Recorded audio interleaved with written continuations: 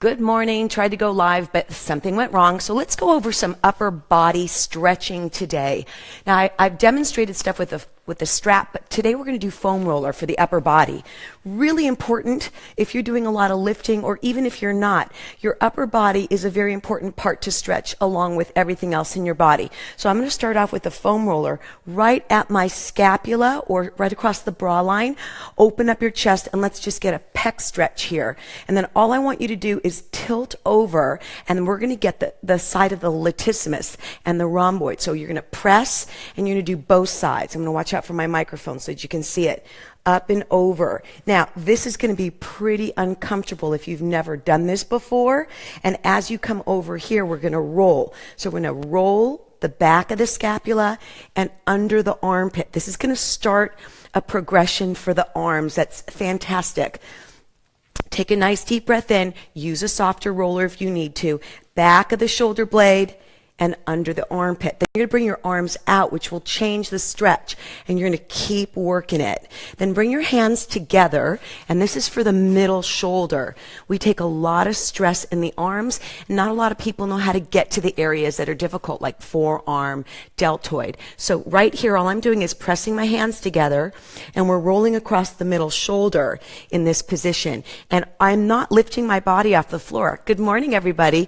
It's just basically a tilt of the waistline and roll across. Then I'm going to have you bring the elbow out, push the foam roller away, and go elbow to armpit. This is for the triceps. Now, a great way to extend it and make it a little different is to add the arm extension. So I'm going to roll back here so you can see it. I'm stopping right above the elbow. So just above the elbow, all the way to the armpit, and let your side or your waistline drop down so that you can get a nice side stretch that will help the arms as well.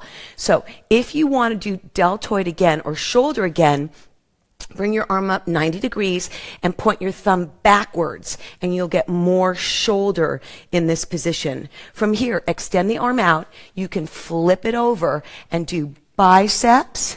You can do forearm in this position. You can do forearm on the back, and you could actually add some compression. I'm going to show you this with the tennis ball as well. So compression here all the way to the wrists, or rotate, but you want to keep it perpendicular, right? All the way out. So then I'm going to roll forearm and biceps, the head of the biceps all the way to the shoulder.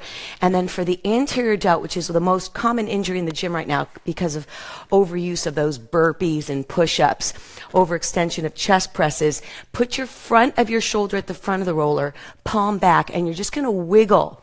Let me see if I can take this sideways for you. You're going to just gently wiggle across that front shoulder. Do not put a lot of pressure, just a nice light roll. Now notice my palm is up. Then you're going to turn the palm down. When you do that, it's going to feel different.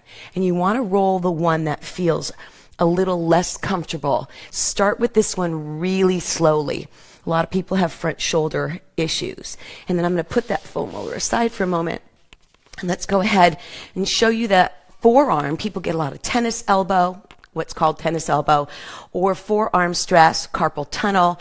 So one of the things you can do, this actually works better on a table. It's kind of hard in this position. Palm up. If you want to do the back of the arm, palm up, and you're going to use the top arm to add force and to also keep slight pressure so that the ball doesn't go flying away, because that happens. And so you're going to go all the way from the wrist to the elbow when you're doing the back side of the arm. And if you want to do the bottom side of the lower arm, you're going to go cross body. And you can go right up into the elbow and right into the wrist. That's really helpful for the lower arm. And then I'm going to show you some upper body stretches you can do just sitting at your desk or watching TV instead of eating tortilla chips. So you're going to go cross under the collarbone. Ladies, stay off breast tissue. This is for pectoralis.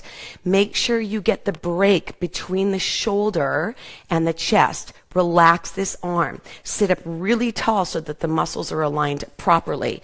Get the front shoulder, that's that anterior delt, and you can either roll.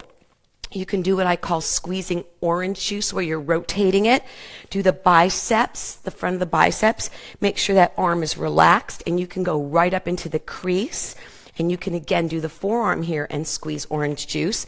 Then come up and over and get the top of the trapezius. So a lot of people get the back side when you're doing myofascial release, but it's very hard to get up by the collarbone. So what I want you to do is roll the top of that. You can squeeze orange juice on that, and you could also go up a little side of the neck. But the big issue today is arms. So you want to get into those arms as much as you can. Also, you can rotate and do that inside of that triceps, but you want to do as much myofascial release on the upper body as possible, because that will help with your posture. It will help with recovery if you're doing a lot of weight work. I hope you enjoyed that quick tutorial on myofascial release for the upper body. Join me on Monday for Resistance Monday. Leave me any questions or requests on Facebook, and have a great weekend. Oh, happy Cinco de Mayo. Cha-cha-cha.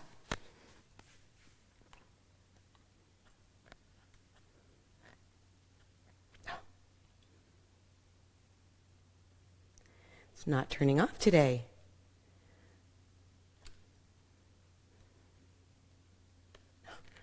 We're going to just stay on forever. It's not turning off today, guys. Sorry.